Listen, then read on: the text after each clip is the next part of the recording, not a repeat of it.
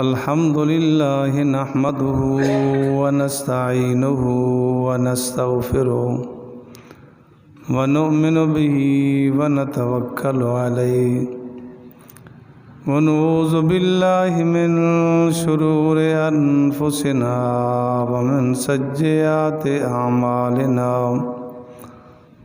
من يهده الله فلا مضل له ومن يضلل فلا هادي له ونشهد أن لا إله إلا الله وحده لا شريك له وأشهد أن محمدا عبده ورسوله أما بعد فأعوذ بالله من الشيطان الرجيم بسم الله الرحمن الرحيم لقد كان لكم في رسول الله أسوة حسنة وقال النبي صلى الله عليه وسلم لا يؤمن أحدكم حتى أكون أحب إليه من والده وولده والناس أجمعين أو كما قال عليه الصلاة والسلام صدق الله العظيم وصدق رسوله النبي الكريم ونحن على ذلك لمن الشاهدين والشاكرين والحمد لله رب العالمين۔ دوستو اور بزرگوں، اللہ رب العالمین کی مطہر منور کلام میں سے کچھ حصہ تلاوت کیا ہے، اور جناب نبی کریم صلی اللہ علیہ وسلم کی ذخیرہ احادیث میں سے ایک حدیث مبارکہ بھی تلاوت کی ہے۔ دعا فرمائے اللہ رب العالمین صحیح عرض کرنے کی توفیق نصیب فرمائے۔ اس کے بعد اللہ رب العالمین پوری کائنات کو عمل کرنے کی توفیق نصیب فرمائے۔ ربیع الاول کا مہینہ ہے۔ اسی ربیع الاول میں جناب رسول اللہ صلی اللہ علیہ وسلم دنیا فانی میں تشریف لائے۔ حضور علیہ السلام کی ولادت کائنات میں اس کا کوئی منکر نہیں،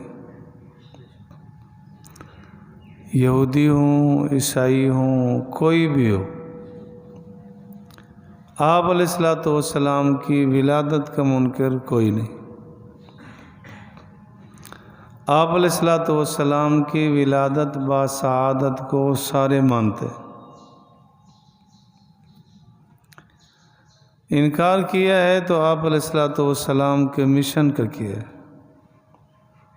یعنی آپ علیہ السلام کی صورت کا، ولادت کا کوئی منکر نہیں، سیرت کے منکر ہے۔ آپ علیہ السلام کی ولادت باسعادت ربیع الاول میں ہوئی۔ ایک قول یہ ہے کہ 2 ربیع الاول میں ہوئی، اور راجح قول یہ ہے کہ جناب رسول اللہ صلی اللہ علیہ وسلم کی ولادت باسعادت 8 ربیع الاول کو ہوئی، اور ایک مشہور قول 12 ربیع الاول کا ہے۔ اصل کچھ اس وجہ سے بھی کہ جب ولادت ہوئی، لکھنے والوں نے، تاریخ مورخ لوگوں نے لکھا، کس نے کیا لکھا، اور جب وفات دنیا میں ہوئی کہ دنیا سے آپ علیہ السلام تشریف لے جانے لگے، تو وفات تو یقینی ہے کہ صدیق اکبر نے لکھی۔ آپ علیہ السلام کی وفات 12 ربیع الاول کو حضور علیہ السلام دنیا سے تشریف لے گئے۔ آپ علیہ الصلوۃ والسلام کی جب ولادت باسعادت ہوئی سب نے خوشی کی، حتیٰ کہ ابو لہب نے بھی بڑی خوشی کی۔ ابو لہب آپ علیہ الصلوۃ والسلام کا چچا ہے، عبد العزیٰ اس کا نام تھا، ابو لہب اس کی کنیت تھی۔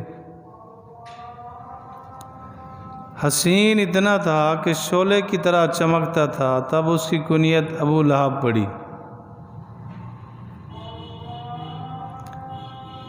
جیسے اسے اطلاع دی گئی کہ آپ علیہ الصلوۃ والسلام کی ولادت ہوئی ہے، جناب عبداللہ کے ہاں بیٹا پیدا ہوا، حضرت فاطمہ حضرت آمنہ کے ہاں بچہ پیدا ہوا، بڑا خوش ہوا۔ اس نے ایک لونڈی تھی بڑی قیمتی، اسے آزاد کر دیا اس خوشی میں، اس خوشی میں میں تجھے آزاد کرتا ہوں۔ ان کا نام تھا سویبہ، بعض صوبیہ بول دیتے ہیں سویبہ ان کا نام تھا۔ حضور علیہ الصلوۃ والسلام کی جو دودھ پلانے والی عورتیں ہیں، حضرت آمنہ اور حضرت حلیمہ سعدیہ، اور ایک نام حضرت سویبہ کا بھی آتا ہے، بعد میں مسلمان ہو گئے۔ حضور علیہ الصلوۃ والسلام کی ولادت باسعادت پر بڑی خوشی ہوئی اور سب کو ہوئی، اور ربیع الاول کا مہینہ تھا۔ مشہور قول یہی ہے کہ 12 ربیع الاول، لیکن راجح قول یہی ہے کہ 8 ربیع الاول کو آپ دنیا میں تشریف لے آئے۔ گھر کا عالم یہ ہے، گھر میں کچھ بھی نہیں، چراغ جلانے کے لیے بھی ہمت نہیں تھی۔ آپ علیہ الصلوۃ والسلام دنیا میں تشریف لائے تو نورانیت اتنا، کمرہ بھی روشن ہو گیا۔ سیدہ آمنہ فرماتی ہیں کہ میں نے شام کے محلات کو دیکھا، آپ علیہ الصلوۃ والسلام کی تشریف آوری اور برکت، اس میں کوئی شک نہیں۔ اللہ تعالیٰ کی حکمت بالغہ، قدرت کاملہ کہ آپ علیہ الصلوۃ والسلام جس سال تشریف لائے ہیں، اس سال جتنا بچے پیدا ہوئے وہ سارے بچے ہی تھے، بچی کوئی پیدا نہیں ہوئی۔ علماء فرماتے ہیں کہ شاید یہی حکمت ہو کہ عرب میں ایک دستور اور رواج تھا کہ جب بچی پیدا ہوتی تو اسے زندہ دفن کیا جاتا۔ اسی کے متعلق ہے وَإِذَا الْمَوْءُودَةُ سُئِلَتْ بِأَيِّ ذَنبٍ قُتِلَتْ۔ عام تجربہ یہی ہے، بچہ تو بہت کچھ بول جاتا ہے، بچی ماں باپ کو نہیں بولتی۔ کل قیامت کے دن اللہ تعالیٰ سوال اٹھائیں گے، بچی نہیں بولے گی۔ اللہ سوال اٹھائیں گے وَإِذَا الْمَوْءُودَةُ سُئِلَتْ، زندہ درگور کی ہوئی سے پوچھا جائے گا کہ کیوں ایسا ہوا تھا، بِأَيِّ ذَنبٍ قُتِلَتْ، کس جرم میں تجھے مارا گیا تھا۔ ضمناً بات آ گئی، یاد رکھنا۔ مفسرین فرماتے ہیں کہ اگر کسی کے ہاں بچہ پیدا ہوا یا بچی پیدا ہوئی اور اس نے دینی تعلیم نہیں دی، دینیات سے اسے کورا اور عاری رکھا، کل قیامت کے دن اس سے اسی طرح سوال کیا جائے گا جس طرح زندہ درگور سے کیا جائے گا کہ تیرا کون سا گناہ تھا کہ تیرے ماں باپ نے تجھے دین نہیں پڑھایا، دنیا میں ٹھونس دیا۔ تو دنیاوی تعلیم، فنون سکھانے چاہیے، لیکن دینی تعلیم فرض ہے۔ موٹی موٹی تعلیم، ضروریات زندگی، اس کو سیکھنا فرض ہے، لازم ہے، لازم ہے کہ سیکھے۔ قیامت کے دن جواب دہی مشکل ہو۔ تو آپ علیہ الصلوۃ والسلام کے زمانہ پاک میں جب آپ ولادت باسعادت ہوئی تو اس وقت اس سال سارے بچے پیدا ہوئے۔ اشارہ تھا کہ بچے آئے ہیں، کوئی بچی ہوتی اسے زندہ دفن کیا جاتا، تو حضور علیہ الصلوۃ والسلام کی تشریف آوری، پھر بچی کو زندہ دفن۔ حدیث پاک میں آتا ہے ایک صحابی حضور علیہ الصلوۃ والسلام کی خدمت میں آیا، عرض کیا کہ اللہ کے رسول، میری بچی، میں اسے قبرستان لے گیا، قبر کھود رہا تھا، مٹی میری داڑھی پہ پڑتی تھی، وہ اپنے دوپٹے سے صاف کرتی تھی، پوچھتی تھی کہ ابا جی یہ کیا کر رہے ہو؟ اللہ کے رسول، جب میں نے اسے زندہ ڈالا نا، گرایا، تو مجھے کہہ رہی تھی کہ مجھے چھوڑ دو، میں گھر واپس نہیں آؤں گی۔ اللہ کے رسول، میں نے نہیں چھوڑا۔ حدیث کی کتابوں میں ہے کہ آپ علیہ الصلوۃ والسلام کی آنکھوں سے آنسو آ گئے، فرمایا تجھے رحم نہ آیا؟ اس وقت اگر اپنی اولاد کو دینیات سے بالکل عاری رکھا تو ان سے کہا جا سکتا ہے کہ تمہیں رحم نہ آیا کہ آخر اس کی قبر بھی ہے، حشر بھی ہے۔ ہمارے اکابرین میں سے گزرے ہیں حضرت مولانا محمد لقمان علی پوری رحمۃ اللہ علیہ، وہ واقعہ سنایا کرتے تھے کہ ایک صاحب بہت بڑی ڈگریاں حاصل کر کے آیا، کچھ عرصہ ہی گھر گزارا تھا کہ والد کی وفات ہوئی، اور اسے کہا جا رہا ہے کہ آپ اگلے والی صف میں آ جاؤ، اور وہ رو رہا تھا اور یہ کہہ رہا تھا کہ میں ابے پر دعا کروں یا بد دعا، اس نے مجھے اتنا بھی نہیں سکھلایا کہ میں جنازہ پڑھ سکوں۔ دین ضرور اولاد کو سکھایا جائے۔ آپ علیہ الصلوۃ والسلام کی ولادت باسعادت کا مقصد یہی ہے۔ آپ علیہ الصلوۃ والسلام نے فرمایا انما بعثت معلما، میں تمہارے لیے معلم بنا کر بھیجا گیا ہوں، تعلیم دینے کے لیے آیا ہوں۔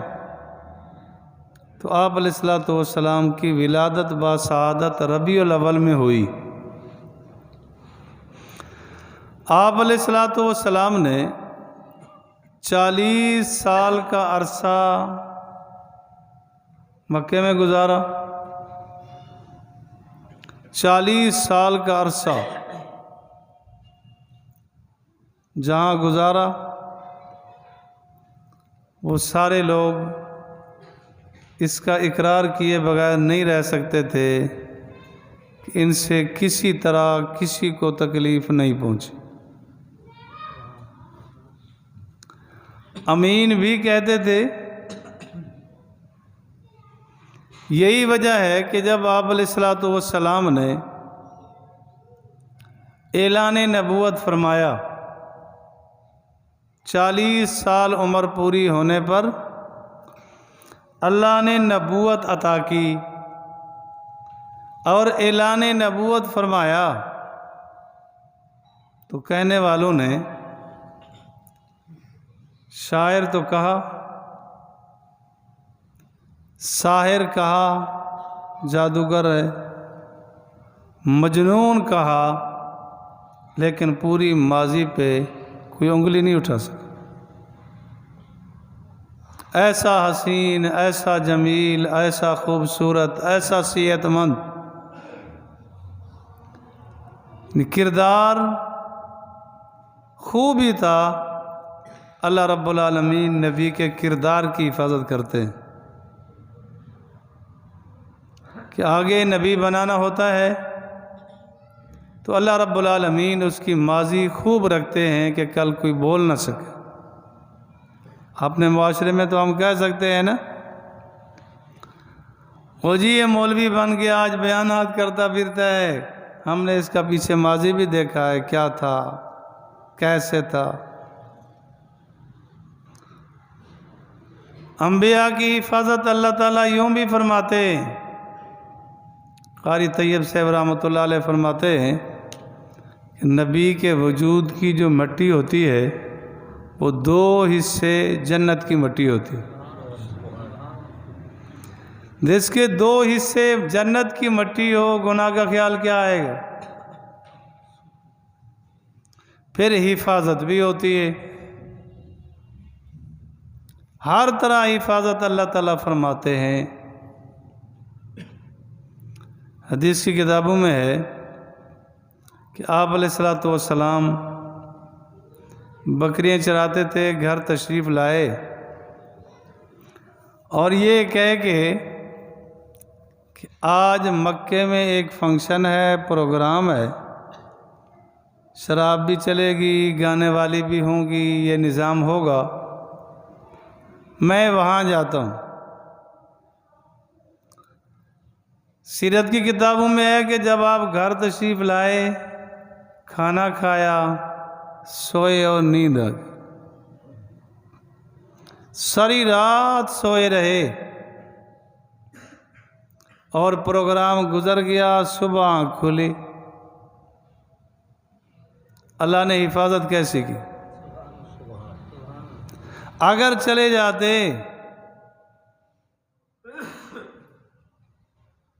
تو کوئی زبان بول سکتی تھی، جیسے عام طور پہ کہا جاتا ہے کہ جی دیکھو وہ امام صاحب ہیں، فلاں دن تو میں نے دیکھا تھا وہ کبڈی دیکھ رہا تھا، وہ فٹ بال دیکھ رہا تھا، فلاں کر رہا تھا، وہ ڈرامہ دیکھ رہا تھا، جی اس کے پیچھے نماز ہوگی نہیں ہوگی؟ تو اللہ نے یوں حفاظت فرمائی۔ بچپن میں اللہ تعالیٰ نے کیسے حفاظت فرمائی؟ سیدہ آمنہ بھی فرماتی ہے اور سیدہ حلیمہ بھی فرماتی ہے کہ آپ علیہ الصلوۃ والسلام نے اپنے بچپنا میں کبھی بھی ایسا موقع نہیں آیا کہ کپڑے میں پیشاب مبارک کر دیا ہو۔ موقع بموقع، ٹائم با ٹائم اپنی ضرورت پوری کرتے تھے، لیکن کبھی کپڑا خراب نہیں کیا۔ کل کوئی کہہ سکے کل تک تمہیں اس کے کپڑے دھوتی رہی، یہ تھا وہ تھا۔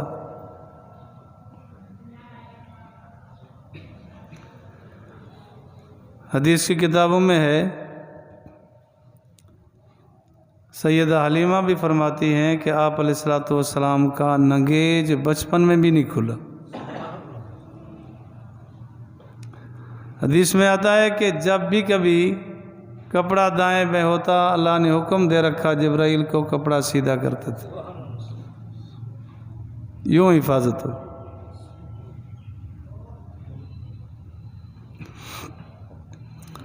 بیت اللہ کی تعمیر ہو رہی تھی، حضرت عباس رضی اللہ تعالیٰ عنہ فرماتے ہیں کہ میرا خیال ہوا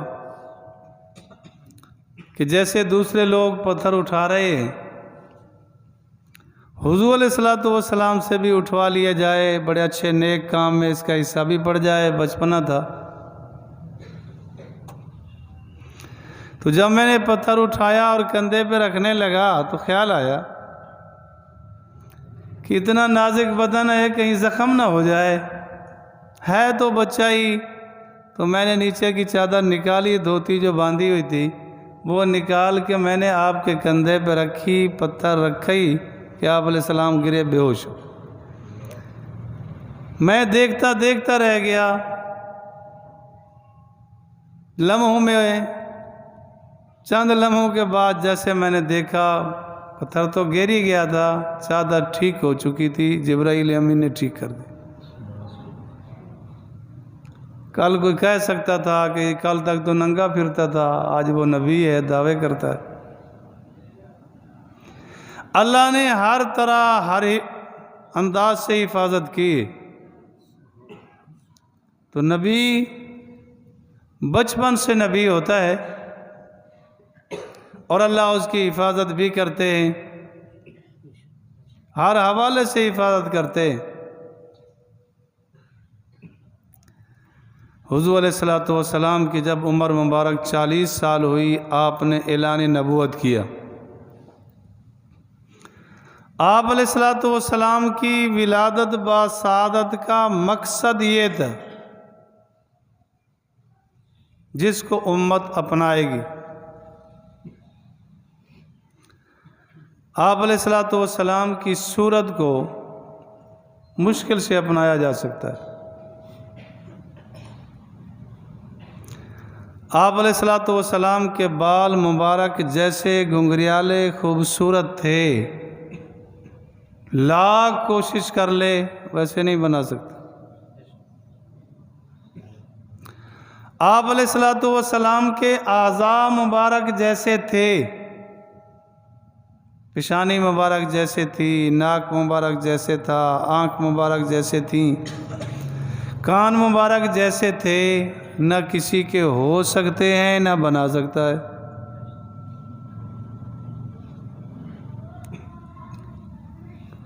کسی کو بس ہی نہیں کہ ایسا کر سکے، جس کے متعلق حضرت احسان فرماتے ہیں خلقت مبرأ من کل عیب کأنک قد خلقت کما تشاء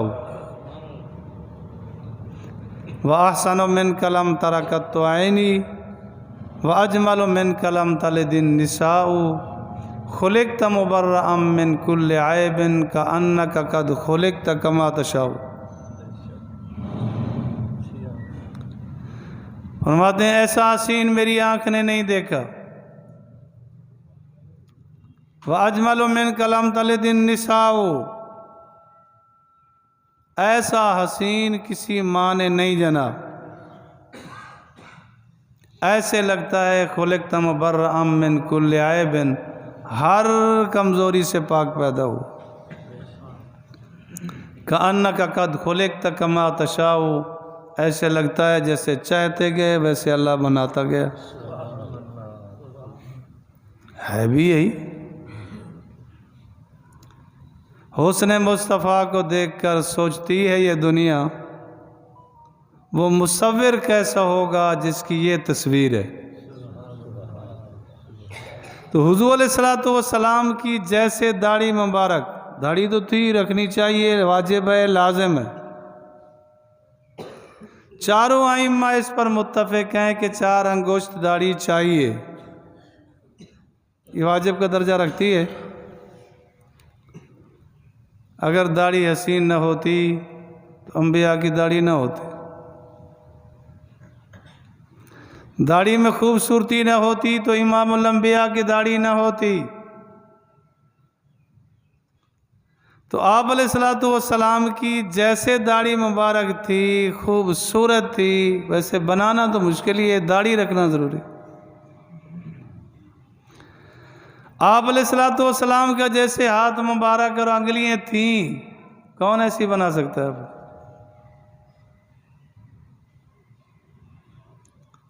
سیرت کو اپنانا چاہے تو اپنا سکتا۔ کہ آپ علیہ السلام نے اعلان نبوت کیا، اور وہ بھی ربیع الاول میں۔ 40 سال گزرنے کے بعد جس دن اعلان نبوت ہوا، ربیع الاول کا مہینہ ہے، اور پھر بہت سارے لوگ اپنے پرائے ہو گئے، مخالف ہو گئے۔ یہی ابو لہب جو حضور علیہ السلام کی ولادت با سعادت پر خوش تھا، حد درجہ خوش تھا، لونڈی تک آزاد کر دی اور کچھ کہنے کیا ہوگا، لیکن وہ مخالف ہو گیا، گالیاں دینے لگا۔ اب وہ زمانہ آیا کہ کچھ کرنا پڑے گا، سیرت اپنانے کا زمانہ آیا۔ جنہوں نے یوں کہہ لیں کہ پھول گرائے تھے، آج وہ پتھر مار رہے۔ مقصد زندگی جب آپ علیہ الصلوۃ والسلام نے ارشاد فرمایا، اعلان فرمایا، اتنا بھی فرمایا کہ اگر میں تمہیں کہوں کہ اس پہاڑ کے پیچھے ایک دشمن آ رہا ہے، حملہ کرنے والا ہے، کیا مان لو گے؟ تو سب نے کہا بالکل مان لیں گے، اس لیے کہ زندگی بھر میں کبھی آپ نے جھوٹ بولا ہی نہیں۔ ما جربنا علیک کذبا، کبھی بھی آپ نے بطور تجربہ بھی جھوٹ نہیں بولا، کبھی بھی ہم نے بطور تجربہ کے جھوٹ نہیں دیکھا۔ بالکل مان لیں گے۔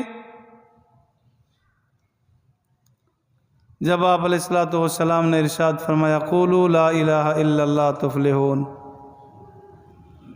گالیاں دینے لگے، مارنے لگے۔ اگر علماء سے آپ پوچھیں گے تو علماء آپ کو بتائیں گے کہ آپ علیہ الصلوۃ والسلام کی ولادت مقصود زندگی اعلان نبوت، اعلان نبوت ہے، مقصد زندگی یہ۔ جب مقصد زندگی پہ آئے تقریباً سارا مکہ مخالف ہو گیا، اور وہ بھی ربیع الاول کا مہینہ ہے۔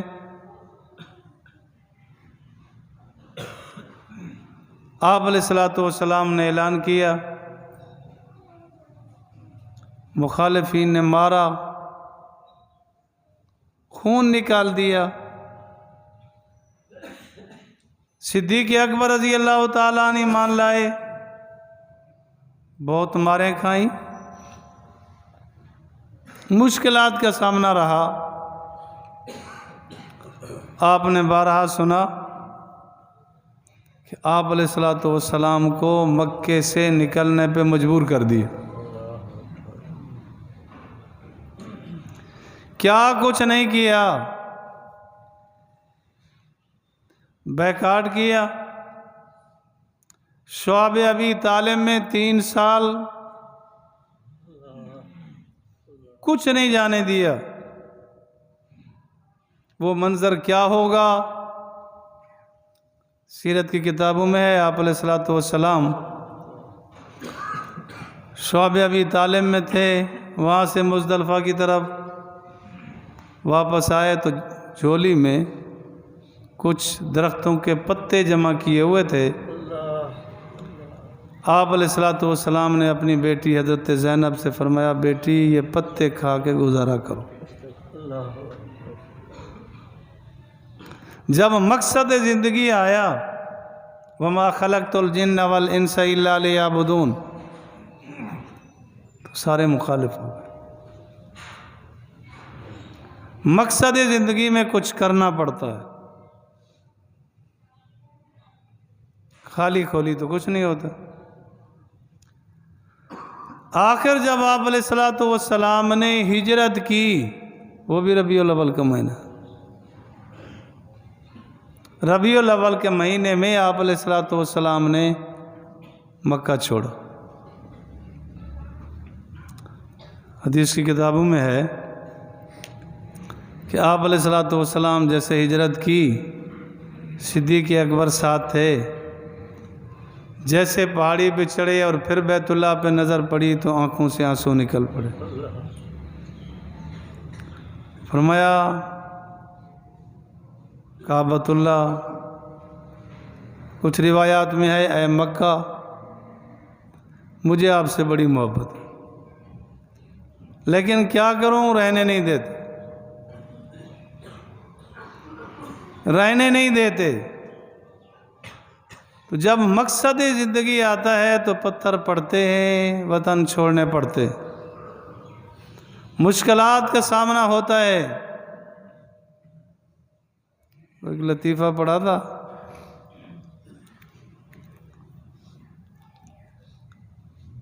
کہ لیلا چوری بنا کے بھیجتی تھی کہ مجنوں کو دے دو۔